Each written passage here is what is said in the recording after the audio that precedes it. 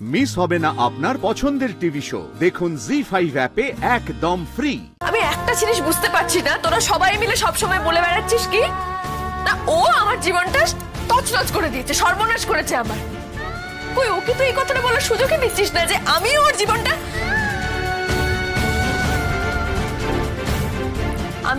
সুখের হতে দিইনি।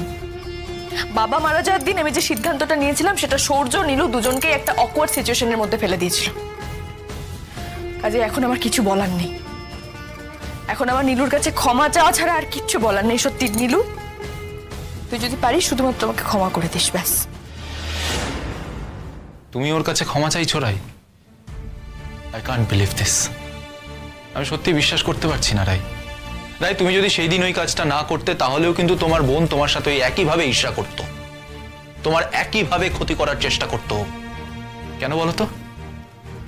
কারণ ওটাই তো ওর নেচার। কি হলে কি হতো আর কি হতো না সেসব ভেবে তো আর কোনো লাভ নেই।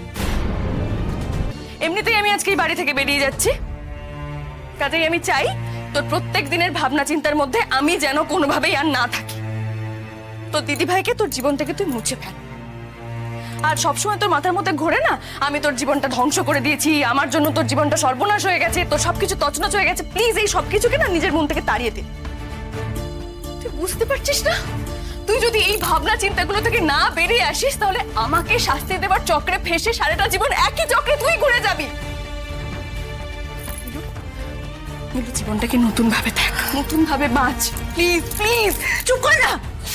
আমার আর ভালো লাগছে না, তোর এত জ্ঞান শুনতে আমার ভালো লাগছে না। হয়েছে হয়েছে তোর? শুনছো কিভাবে এখনো কথা বলছে এত কিছু করার পর তোমার সাথে? কেন তুমি ওর প্রতি এত সদয় হচ্ছ রাই? রাই, তুই আবার ভুল করছিস, তুই আবারও ভুল করছিস। আমি বলছি তোকে শোন। আচ্ছা ঠিক আছে, তুই থানা পুলিশ করিস না, থানা পুলিশ করিস না, কিন্তু কিন্তু অ্যাটলিস্ট কিছু করা কথা ওকে বল। ওর জায়গাটা ওকে দেখিয়ে দেওয়াটা খুব ইম্পর্টেন্ট, না হলে একটা চোর মার ঠাসি ওর মুখে। এত উদারতা ও ডিজার্ভ করে না।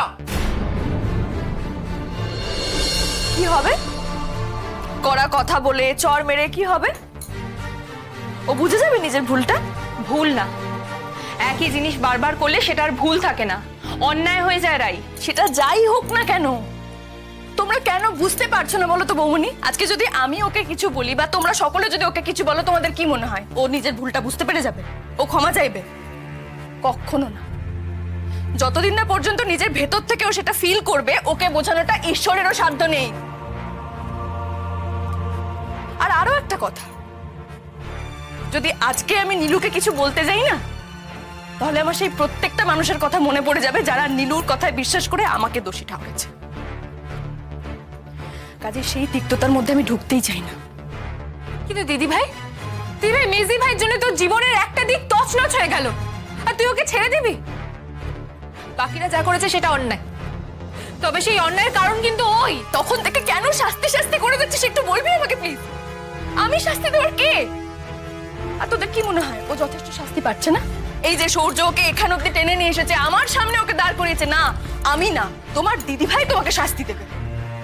ওর জন্য এটা যথেষ্ট শাস্তি নয়? তোদের কি মনে হয় আমি কি করলে তাহলে ও শাস্তি পাবে? ওর শাস্তিটা পাওয়া হবে, বল আমাকে।